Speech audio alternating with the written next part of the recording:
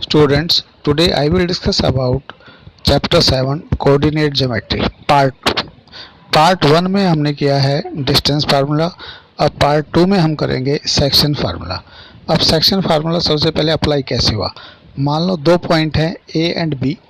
ए के कोऑर्डिनेट हैं x1 y1 and B के कोऑर्डिनेट हैं x2 y2 और इनके बीच में एक पॉइंट है सी। और ये जो सी पॉइंट है इस लाइन को डिवाइड कर रहा है m1 रेशियो m2 से, m1 रेशियो n2। तो हमारे जो सी पॉइंट के कोऑर्डिनेट है x और y, तो ये फाइंड आउट करने का क्या तरीका है। देखो, अगर हम x निकालेंगे तो m और m1 और n2 की दोनों की मल्टीप्लाई सिर्फ हम x वाली टर्म से करेंगे। ऐसे ही है अगर हम y निकालते हैं तो m1 एंड m2 दोनों की मल्टीप्लाई सिर्फ y से करेंगे। कैसे? m1 की x2 से। बेटा ये ध्यान रखना, अगर इसे आगे पीछे होते ही ये गलत हो जाएगा। m1 x2 प्लस m2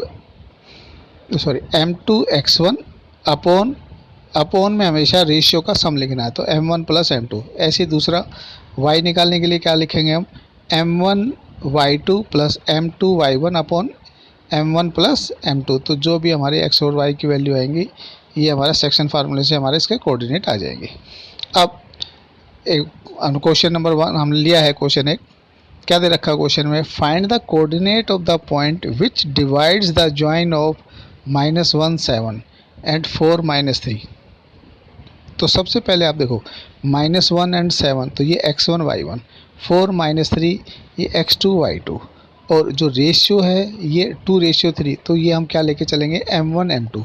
तो सबसे पहले हमने सेक्शन फार्मूला अप्लाई करेंगे। तो सेक्शन फार्मूला क्या है, m1 x2 plus m2 x1 upon m1 plus m2। ऐसे ही y कितना हो जाएगा, m1 y2 plus m2 y1 upon m1 plus m2। अब यहाँ देखो हमारे पास m1 की वैल्यू पता है, हमें m2 भी पता है, हमें x1 x2 सब पता है। बस आपने सिंपल वैल्यू पुट करनी है और आपके x और y आ जाएगा। जैसे m1 है हमारा 2 तो x2 कितना है 4, तो 2 इंटू 4। ऐसे ही m2 है हमारा 3 और x1 है -1 तो 3 इंटू -1 अपॉन करेंगे जो भी रेशियो उसका सम 2 प्लस 3। तो जो ऊपर सोल्व करने पर कितना आ गया, 2 4 जा 8 -3 तो ये आ गया 5/5। ऐसे ही y के उसमें m1 y2 तो m1 आपका इसमें आपका 2 है और y2 हमारा कितना है -3 तो 2 इंटू -3। ऐसे ही m2 मतलब 3 इंटू 7 अपॉन जो भी रेशियो है उसका सम, तो नीचे भी 5।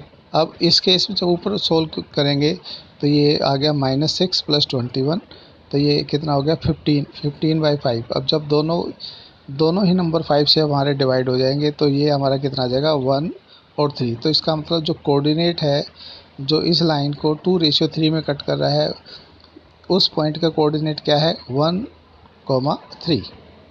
नेक्स्ट, अब एक क्वेश्चन है कि find the coordinate of the point of trisection of the line segment joining 4, -1 and -2 -3। हमें दे रखा है कि ट्राइसेक्शन मतलब ये ए और बी पॉइंट ले लिए, पी एंड क्यू इसके बीच में कहीं भी ले लिए। ट्राइसेक्शन का मतलब है 3 इक्वल पार्ट। अगर मैं पी पॉइंट के कोऑर्डिनेट का रेशियो देखता हूँ तो मेरा कितना आएगा, जो पी से पहले है वो एक पार्ट है और पी के बाद में 2 पार्ट है। तो इसका जो रेशियो होगा कितना हो जाएगा 1:2। तो इसका मतलब हमारा इस केस में m1 और m2 कितना हुआ 1 और 2 और x1 y1 तो 4 -1 और x2 y2 कितना है -2 -3। अब जो x और y जो हमारा जो p है उसके कोऑर्डिनेट क्या होंगे वो हमने x और y ले लिए। तो फार्मूला तो आपने सेक्शन फार्मूला वही लगाना है m1 x2 plus m2 x1 upon m1 plus m2। ऐसे y के लिए m1 y2 plus m2 y1 upon m1 plus m2। अब इसमें आपने हमें देखो m1 m2 x1 x2 सब की वैल्यू पता है, यहाँ वैल्यू पुट कर दो। तो जब इसको सिंप्लीफाई करोगे तो आपका 6/3 और -5/3 आ जाएगा। तो 3 से जो कटता है काट दो, जो नहीं कटता है उसको ऐसे ही हम छोड़ सकते हैं। तो जो p के कोऑर्डिनेट आ जाएंगे वो आ जाएंगे 2, -5/3। अब देखो दूसरा पॉइंट, अब एक बीच में q पॉइंट भी है तो इसका मतलब है q से पहले कितने पोर्शन है 2 और q के बाद में अब कितने पोर्शन है 1। अब जो q के जो रेशियो है वो क्या रेशियो होगा 2:1। क्यू के केस में रेशियो कितना हो जाएगा 2:1।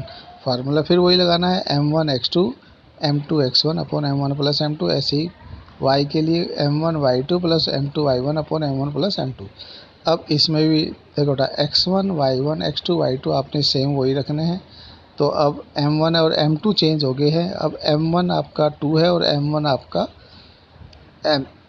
m1 आपका 2 है और m2 आपका 1 है। तो अब यहाँ बस इसमें वैल्यू पुट कर देनी है। x1 x2 y1 y2 same रहेंगे। तो वैल्यू पुट करने के बाद अब इसमें जो x और y की वैल्यू आ गई है वो आ गई है 0 और -7/3। तो इसका मतलब जो Q पॉइंट है उसके कोऑर्डिनेट क्या हुए, तो उसके कोऑर्डिनेट हुए 0, -7/3।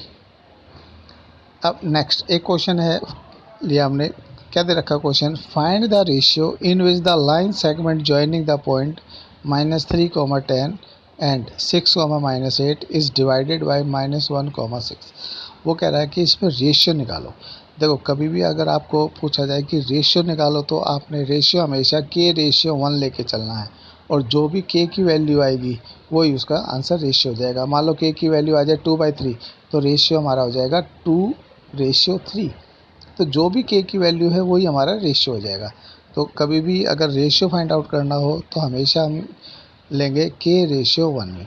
अब देखो अब जो हमारा जो कोऑर्डिनेट है, एक a के कोऑर्डिनेट है -3, 10, b के हैं 6, -8, ठीक है। और जो बीच में जो पॉइंट p है वो हमें दे रखा है पहले से -1 एंड 6। अब तक हम ये कोऑर्डिनेट निकालते थे, अब ये कोऑर्डिनेट पहले से ऑलरेडी दे रखा है। तो इस केस में देखो सेक्शन फार्मूला लगाया k:1, मतलब ये m1 m2 है। तो आप k की मल्टीप्लाई किससे, 6 से करेंगे, 1 की -3 से अपॉन k+1। ऐसे y के लिए k की -8 से, -8 के प्लस 1 की 10 से अपॉन k+1। इक्वल में क्या रखेंगे, इक्वल में हम रखेंगे -1, 6, क्योंकि ये जो कोऑर्डिनेट है ये पी के है और पी के कोऑर्डिनेट पहले से हमें दे रखे हैं कितने, -1 एंड 6। अब इसके बाद हम इन दोनों को कंपेयर कर लेंगे। कंपेयर कैसे कि x वाले कोऑर्डिनेट x के को रखो, y वाले y के इक्वल। तो देखो x का कोऑर्डिनेट हमें दे रखा है 6k -3 upon k+1 equal to -1। Cross multiply करो, क्रॉस मल्टीप्लाई करने के बाद 6k -3 इक्वल टू ये हो जाएगा -k -1। अब k वाली टर्म्स एक तरफ तो 7k इक्वल टू और नंबर एक तरफ तो 2। तो k के आ गया हमारा 2/7। सेम केस आपने सेकंड पार्ट में भी करना है। सेकंड वाला पार्ट हम लोगों ने छोड़वा रखा है आप लोगों के लिए, आपने खुद करना बेटा। आंसर सेम आना चाहिए। उसका देखो क्या दे रखा है, -8k + 10 upon k+1 equal to 6। इसमें भी क्रॉस मल्टीप्लाई करना है। उसके बाद k वाली टर्म एक तरफ बाकी एक तरफ, इसका दोनों से आंसर आपका सेम आना चाहिए। जो k आ गया हमारा 2/7, तो इसका मतलब रेशियो कितना हो जाएगा, 2:7। नेक्स्ट क्वेश्चन है, देखो इस क्वेश्चन में हमें क्या दे रखा है, find the ratio in which the line segment joining A and B. हमें कोई पॉइंट दे रखा है, इसको कोई लाइन कट कर रही है, उसका रेशियो निकालना है, मतलब k:1 लेके चलना है। Is divided by x axis, और जो जिस पॉइंट पे कट कर रही है वो पॉइंट कहाँ पे है, x एक्सिस, वो पॉइंट x एक्सिस पे है। तो फाइंड द कोऑर्डिनेट, उस पॉइंट के हमें कोऑर्डिनेट भी फाइंड आउट करने हैं। तो इसमें देखो स्टार्ट कैसे करेंगे, हमने लिखा भाई कि जो पॉइंट है जहाँ x एक्सिस पे कट कर रहा है इस लाइन सेगमेंट को, तो उसके कोऑर्डिनेट हमने ले लिए x, 0, ठीक है। और रेशियो मैंने पिछले क्वेश्चन में भी आपको बताया था, रेशियो की कभी भी बात होगी तो आप हमेशा k:1 लेके चलोगे, ठीक है ना। तो इसमें भी यूजिंग सेक्शन फार्मूला, इस सेक्शन फार्मूला यूज़ करेंगे। The coordinate of point P, अब पी के कोऑर्डिनेट देखो क्या होगा। तो इसमें देखो क्या लेके चलेंगे, पहले तो इसका normal x1 y1 x2 y2 और m1 m2 हमें दे रखा है। तो देखो k की मल्टीप्लाई होगी पहले -4 से, तो -4k, और फिर 1 की होगी 1 से, तो -4k + 1 अपॉन k+1। ऐसे ही दूसरे 5k -5 अपॉन k+1। इक्वल किसके रखेंगे, इक्वल है p कोऑर्डिनेट, और p के कोऑर्डिनेट हमें पहले सीधे रखे हैं कितना, x, 0। अब देखो अब इधर p के कोऑर्डिनेट है x, 0 और k:1 से हमारे p के कोऑर्डिनेट आ गए -4k + 1 अपॉन k+1, और दूसरा है y की वैल्यू 5k माइनस 5 अपॉन के प्लस 1। जब इसको कंपेयर करेंगे तो -4k प्लस 1 अपॉन के प्लस 1 इक्वल टू x आ गया, और दूसरा 5k माइनस 5 अपॉन के प्लस 1 इक्वल टू 0। अब जो 0 वाला है सेकंड वाला केस, इसमें क्रॉस मल्टीप्लाई कर देंगे। क्रॉस मल्टीप्लाई करते ही हमारा k plus 1 right hand side में 0 आ गया, तो 5k माइनस 5 इक्वल टू 0, तो यहाँ से k आ गया, 5k इक्वल टू 5 हो जाएगा, तो k आ जाएगा 1। अब इस k की वैल्यू जो x की जो दे रखी है वैल्यू क्या, -4k प्लस 1 अपॉन के प्लस 1, इस k की जगह जहाँ जहाँ आपको k दिख रहा है वहाँ आप 1 पुट कर दो। देखो 1 पुट करने के बाद जहाँ जहाँ k है वहाँ इसमें रख दिया, तो कितना आ गया, -4 इंटू 1 प्लस 1 अपॉन 1 प्लस 1। तो जो इसको सॉल्व करने पर हमारा आ गया -3/2। तो इसका मतलब जो x की वैल्यू है -3/2, क्योंकि y की पहले से इसमें 0 दे रखी है, तो इसका मतलब जो कोऑर्डिनेट है, जो x पॉइंट x एक्सिस पे जो हमारा पॉइंट है उसके कोऑर्डिनेट क्या हो जाएंगे, -3/2, 0। एंड रेशियो क्या हो जाएगा, क्योंकि हमारी k की वैल्यू 1 आई थी, तो रेशियो कितना आ जाएगा, 1:1। तो बेटा इसके आप इसी बेस पे आप पूरी एक्सरसाइज 7.2 आप कर सकते हो। Thank you.